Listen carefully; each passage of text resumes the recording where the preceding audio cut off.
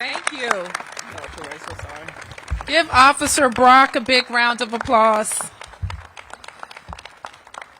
And it is wonderful to be with everybody this morning at the beautiful Dunbar Senior High School in Ward 5.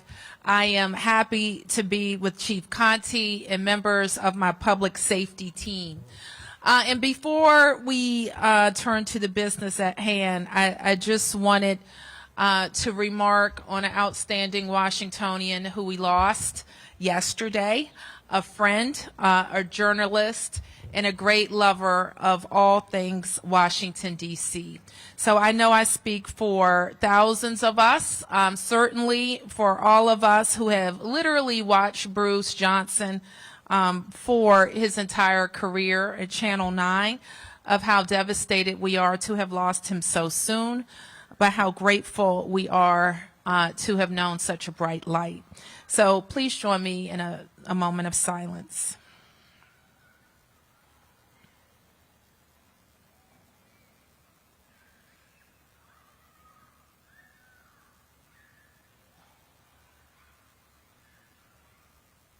Thank you.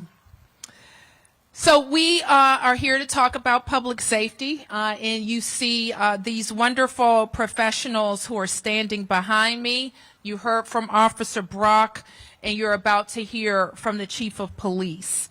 I sent a couple of weeks ago to the council a $19.5 billion budget. It is the most equitable budget developed under home rule. It is a budget that is focused on what we're hearing from the community.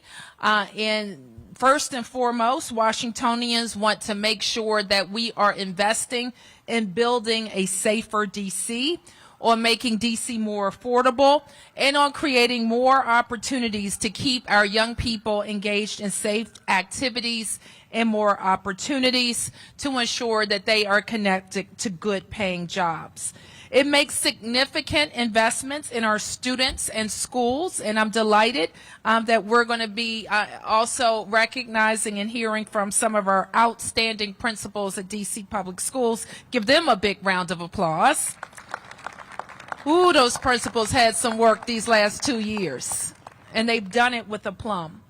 It includes $13.5 million to dramatically expand offerings through our Department of Recreation, a $60 million indoor sports complex that will serve our entire city at RFK, and which will create fantastic new opportunities for our boys and girls to compete and train.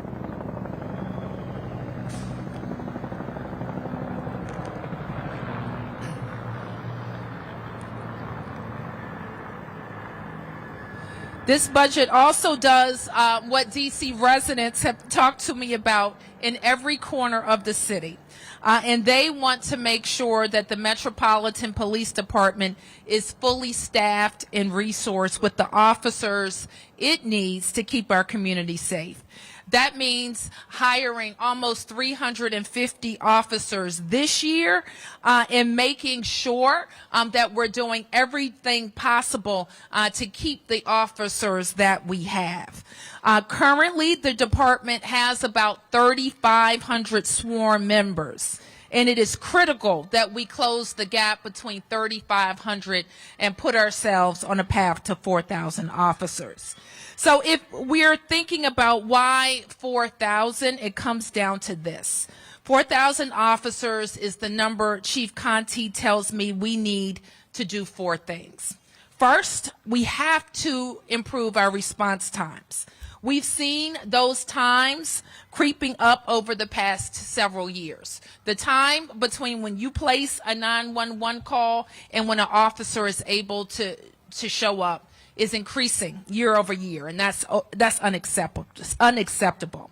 Second, we need more officers so that we can increase police presence in our neighborhoods. Just the other day, I was walking on Kennedy Street, and a number of residents told me, Mayor Bowser, you had a car posted here, and we noticed and we felt safer when that car was there. But it hasn't been there in a few weeks. I haven't even had a chance to talk to the chief about it. But I told them that that presence not only makes people feel better, it actually drives down crime on corridors like Kennedy Street. Third, we need officers patrolling, and we need investigators and detectives making big cases and closing those cases. You remember we lost a child. Her name was Nia Courtney. And the work that MPD was able to do with its partners and detectives and investigators was make sure that the people who were responsible for lawlessness in and around that area at MLK and Malcolm X are being held accountable. That's what it means when we have enough officers. They're patrolling, but they're also investigating, making cases, and delivering those cases to our prosecutor. And fourth, we need to recognize and plan for the fact that MPD is being called on more and more to respond to situations that we had for the last 3 weeks. People from all over the country coming to protest this thing or that. And MPD placing its officers on the front lines to make sure that the city can function. So what I have proposed is $30 million for hiring, recruiting, and retaining a properly staffed MPD. I didn't ask for a little bit of this and a little bit of that. This is an entire package, and the package needs to move together to allow us to have the force we need. We are focused on making DC residents like the good Officer Brock here and the young people standing behind me the way we get to 4,000. We're focused on hiring more women, which we also know that our cadet program does really well. So I want to thank the principals, as I mentioned, because they make sure that the cadet program is working for us. We know how this program changed Chief Contee's life and is doing so much for our young people. So we're going to do everything possible to make sure that every neighborhood in Washington, D.C. is safe. It's my job to tell the people what we need. Our law enforcement leaders say this is what we need, and we need it all together. We need to be able to hire and train, but we also need to be able to retain the good officers that we have. So with that, I would like to turn it over to our Chief of Police, a graduate of MPD's cadet program, and somebody who is very focused and knows our neighborhoods and knows the deployment strategies that will work, and is willing to work across all of our agencies to make sure that MPD can support our prevention efforts as well. So with that, the Chief of Police, Robert Contee. Thank you, Madam Mayor. Let's give our mayor a round of applause for making public safety a priority in the District of Columbia. I want to thank the mayor for her careful consideration of this budget that has been proposed. As she mentioned, it's not about this or that, it's about what we need in the District of Columbia to really realize public safety and to meet the expectations of our residents, the people who have businesses in our city, and those who visit our city, our very beautiful city. It is important that these things here that are outlined be given serious consideration as this budget continues to move forward. I also want to take a moment to acknowledge, I see some other former cadets that are out in the audience as well. I see Detective Sergeant Marani Hines. I see a retired Sergeant Sonia Flipping in the background. Am I missing a few? Are there any other retired or former cadets out there? All right, one over here. Oh, O'Brien, where's O'Brien? Did I see him around here somewhere? Over there on the mayor's detail. So we got police cadets, former police cadets all around, and they are such a very important part of what we do here in the Metropolitan Police Department, how we make our city a safer city, and how we continue to make sure that young people, young residents of the District of Columbia have their fair shot into middle class. I can tell you that from my personal story, it is what allowed me to have my fair shot into the middle class, and young people across the city today are still reaping the benefits of what the police cadet program has to offer. Just take a look behind us. Yeah, that deserves a round of applause, because we could be chasing them down and having to do a whole bunch of other stuff with them.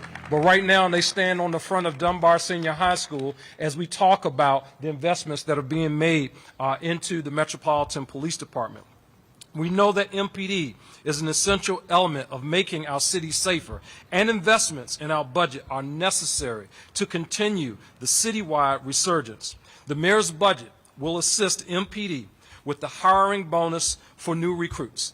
We simply put, we're looking at what's happening across the entire landscape as we make these recommendations. We're looking across what's happening in the entire landscape of public safety, and we have to make sure that we are able to recruit the best and brightest police officers. And we're in competition with every police department that's within 100 miles of the District of Columbia. That's real. That's fact. And if MPD is going to stand out, we have to do things that are different, some things that are different from what we've done before, to attract people, but as the mayor mentioned, not just get them here, but once we get them here, we want to keep them. That's very, very, very important to us as we make our way towards our path of 4,000 police officers. We offer a temporary housing stipend for new recruits. Why? Because we want them to live in the District of Columbia. We want them to come to our city. As we talk about new recruits, as we talk about our police cadets, we want to give them opportunities. But offering them a housing incentive is also something that's very, very, very important to moving this process forward. A program to allow officers who live in the district to have, access to a dedicated take-home car. Again, we're in a very competitive market. One of the things that we've also included in the budget, expanding our education incentives, staff to support our officers, wellness program, and in leadership and development efforts. We want to make sure that we have the best and brightest police officers who graduated from District of Columbia high schools and go on to college here in the District of Columbia, but that we continue to invest in them to make them the best and brightest future police chiefs and assistant chiefs and commanders, because I assure you, I have a personal testimony that it's possible for all of these young people up here to sit in leadership positions within the Metropolitan Police Department, and it is wise of us to invest in homegrown talent, because we know the benefit of what can come once you invest in our young people. So we want to continue to do that. That's important.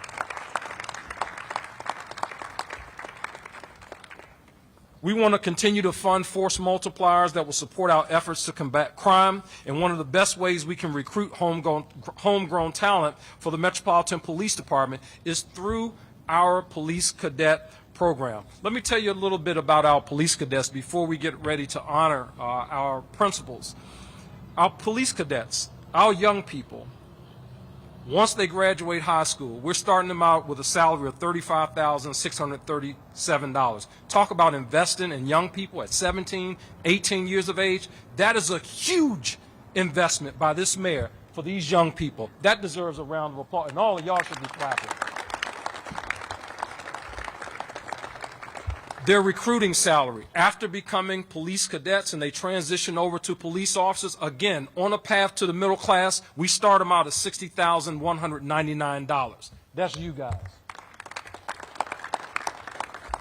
And now offering $6,000 in rental assistance to assist our young people as well. Because sometimes, and I can tell you this, sometimes our young people who come to us, they're in some situations. Some of them are in households that in order for them to remain a member of the police department, they got to remove themselves from those households. That's real talk. Some of our young people are coming into our program and they have children already, as Officer Brock testified to. Right? That's important stuff. It's important stuff to make sure that not only do we give them the job, but we also give them the support that will help them to do the things that they need to do so that they see what it's like on the other side once they become police officers. So I'm excited about these investments that the mayor has put forth, and I fully support all these things. The one thing that she asked me, Chief, what do you need? And don't hold back. And, you know, and as I go through those things, the mayor has actually realized these things in this budget. So I'm excited about that.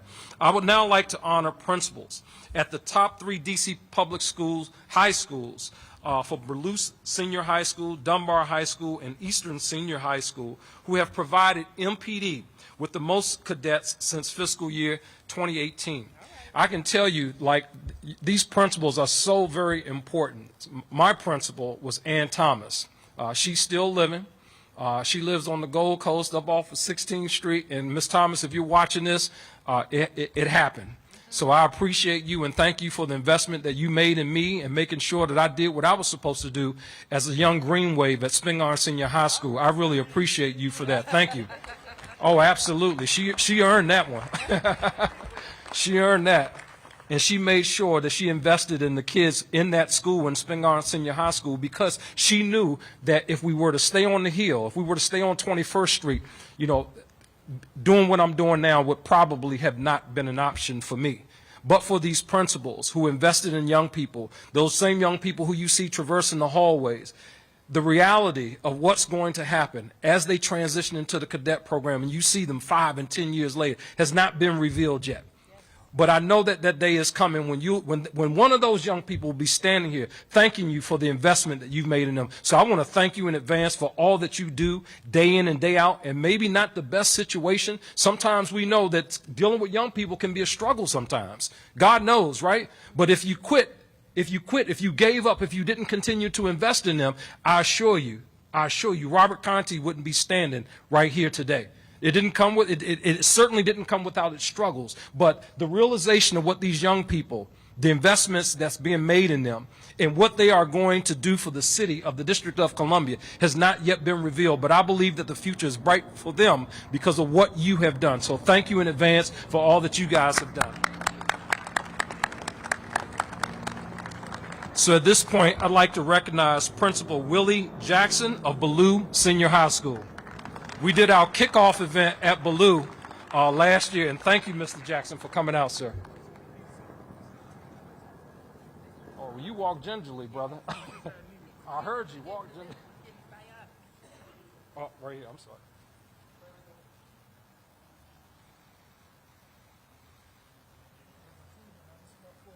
I know that's right. I know that's right. The next principal is Nadine Smith from Dunbar Senior High School. Thank you, Principal Smith.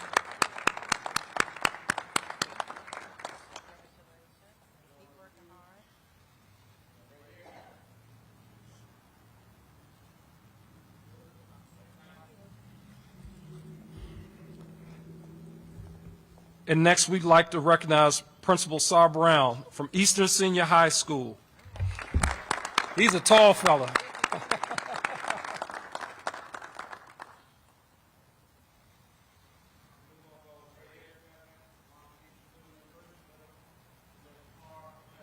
Yep. Thank you. Thank you. Again, let's give all of our principals a round of applause. Now, I should warn our principals that, you know, since we started rolling out our new program, you got some competition coming your way. We almost had to add another seat because as we look across the board, you guys are running neck and neck, about 15 police cadets that have come from your schools, but there's some schools that are gaining on you. I got to tell you, so as the program continues to be known widely across District of Columbia schools, both public and charter schools. We just want you guys to continue to work hard, continue to make the investment, continue to do what you do. And obviously, if there's anything that we can do from the Metropolitan Police Department to assist in that endeavor, getting our recruiting team out to the schools for a special session or whatever it is that we can do to assist, we will do that. And that goes for any school, any public high school, charter school in the District of Columbia. We can come out, you extend the invitation, I assure you, our team will be there. We will be there to make sure that your young people, that they understand what this program is all about, talk to our young people about how they can contribute to communities, and talk to our young people about success and what that looks like. So with that, that will end the formal comments at this point, and if there are any questions for the mayor or I, we can certainly address any questions you may have. Questions, press first, and then any community questions. Sam? For you, Mayor, just curious, is there a change in in attitude, obviously you're going to have, well, I guess you don't just know that the council is going to accept this budget, but is there a change in attitude in the last couple of years? And if so, what do you attribute that to? Well, I think the community has always wanted to make sure that we had fully funded MPD. I don't think that's changed. And so what has changed, however, is we've gone down from over 3,800 officers to just over 3,500 officers. And we've seen our response times tick up. You just can't argue with the math. And I know that DC residents are very focused on making sure that this package in its entirety is improved. For example, and I brought this up before, and I don't think the chief likes it, but still, every time we hear of a significant crime, the police are there. So does that say you don't have enough when basically anytime we hear about a big crime in D.C., the police are within earshot? Certainly the police may be close, and that's a good thing, and that bodes well for us being able to solve the crime and maybe being able to save a life. So I think that's a good thing. And what we also know is from communities when they don't see police, that they see increased activity, increased hanging out, more gunshots. People don't feel safe. People won't walk down a street that's close to their house. And we know that police presence changes that. And that's why we have to have a fully staffed police department. Yes? What makes 4,000 the magic number for you guys? We know when we've been at 4,000 that we have been able to manage overtime, and we've seen decreased violence in the city. We also know that we won't get to 4,000 tomorrow. So it is important that not only we hire as many people as we can that are highly qualified and share our DC values. It's also important that we retain the good officers that we have. Police departments like ours, we can see attrition levels up to 300 people a year retiring, moving on. And that is why I have emphasized that it's very important that our retention package that is listed here is also favorably approved, because that is how we can get back to the numbers that we were. Even 3,800 most recently is when we hire great people and we keep great people. And that is what this package is designed to do. Members of the council come to you and say that the numbers are okay as it is, that a higher number doesn't matter. You're going to tell them that the facts just prove the opposite? Well, I'm going to tell their residents to talk to them like they talk to me. And members of the council know very well that having decreased numbers mean you can't provide the services at the same level. And some argue that we can just replace police officers with security guards. Some argue that we can just send mental health support instead of sending the police. And it's true. We can send more mental health providers on police calls, but those mental health providers, they want the police too. So it is not trading one thing for the other, but adding both. And we are certainly focused on that. We have deployed mental health providers to hospitals, to repeat calls. When we know we have a repeat mental health consumer, we can have somebody go out with the police. So we're all for all of those things, but it does not mitigate our need for a fully staffed force. It is also just poor management to extend our officers to their breaking point and use vast amounts of overtime. Last year, I was so concerned that we had the number of officers that we need in neighborhoods across the city that I did something that is unusual. I told the police chief to use whatever overtime he needed. And he said, Mayor, I'm going to do that, but I want you to be aware of this. I can't work my officers to their breaking point. They make poor decisions, they get burned out, they leave policing. So it's just necessary that we have the number of officers that are going to let us deploy across the city, let us police special events and First Amendment activities, and let us be present in communities where people are scared. Now, I'm just going to tell you, I talked to a neighbor the other day. She moved from Columbia Heights. She moved. She said she was scared in her neighborhood. At the same time, I hear leaders that represent Columbia Heights saying, you know, let's just send, you know, this person or that person, when the neighbors want police presence. I have one of my staffers, brought her home, did everything right? Brought her home in Columbia Heights. And she told me, Mayor, you know, actually I feel a little scared sometimes, but I feel better when I see a police car parked by the metro. These are real stories from real Washingtonians, and I just don't know. Now, I've been on the council. I don't know how you reject that. And what I don't want people to get lost in is this number 4,000. Focus on 347, because that's what this budget proposes that we hire in the upcoming year. Focus on keeping 300.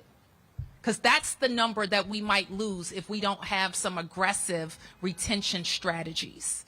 And that's how we get to the number of officers that we need. Hey, Mayor, or the Chief, either one.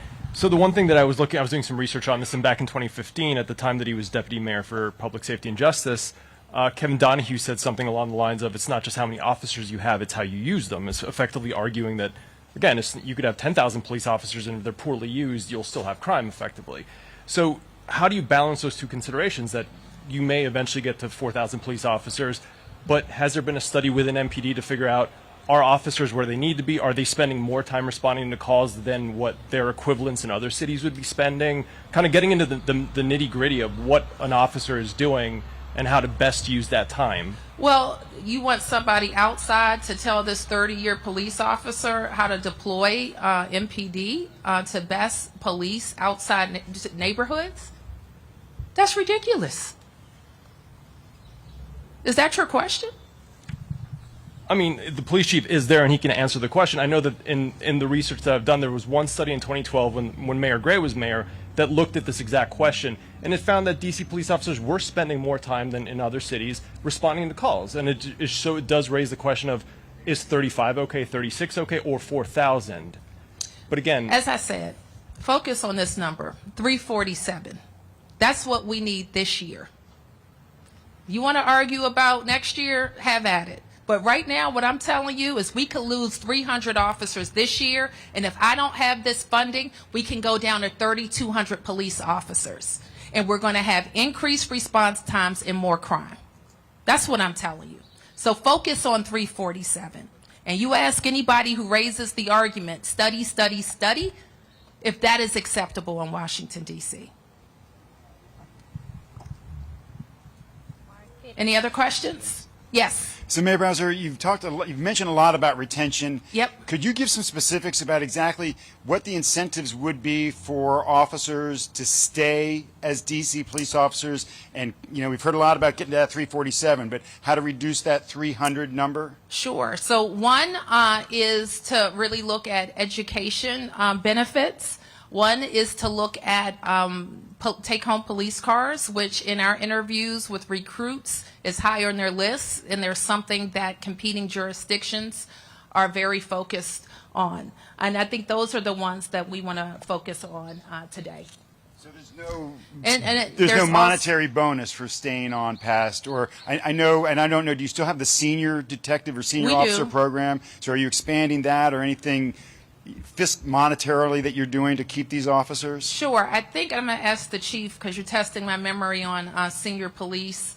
But we worked over the last couple of budget cycles, and the chief can bring me up to speed on that. Yeah, we're still continuing to work in that space, Mark, where we have a very active senior police officer program. As I mentioned, I'm looking at one of them back there now, Sergeant Flipping.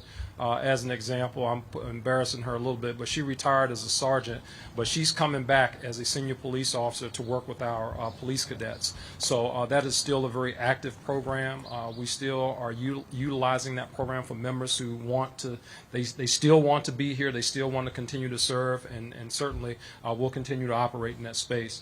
With the budget, the mayor talked about the education incentive. Those are things that in the past we've run out of money for. I mean, we've done it on a small scale. When you're talking about paying off tuition for a member who might not have a tuition, but later on down the line, you know, he's trying to relieve some debt that his child might have or something like that. I mean, those are things that we're trying to think about to really kind of cut it at both ends, right? You need to focus on the people who are coming through the door, but we also got to focus on the people who are on the back end who, you know, might not receive a signing bonus, but they're on the back end of their career. What are things that we do in that space to help keep those people?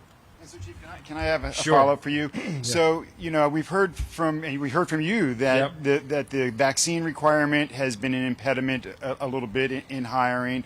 I've heard from officers who have said they're leaving because of the vaccine or just because of the burnout that you talked about. So what do you say directly to an officer who comes to you and say, Chief, I know I could do another couple of 5 years. I'm thinking about going to another department. I'm not just going fishing, but I just don't want to be at MPD anymore. What do you say to that officer? Yeah, you know, Mark, I talked with chiefs of police from all around the country. I was just with them a couple of days ago.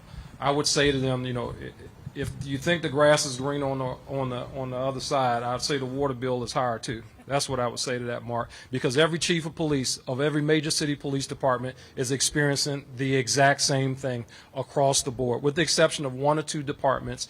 Everybody is having these issues. I think that, you know, when you talk about recruiting and retention, you know, one of the things that we try to do here in the nation's capital that's really different from a lot of other places, we try to get a recruit class in the academy every month. That is an incredible task to do that. People come into this profession. Some people leave this profession because they have other opportunities, quite frankly. We get people with master's degrees and doctorates, and they decide that they want to transition and do other things, and that's fine.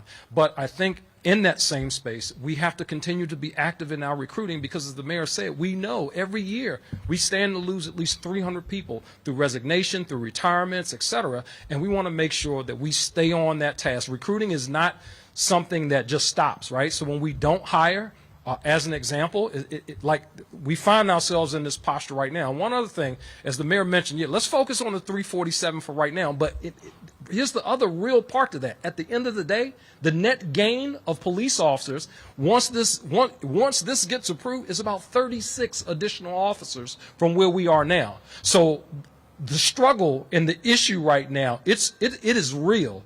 It is very real, and we have to make sure that we are on that pathway to 4,000 now.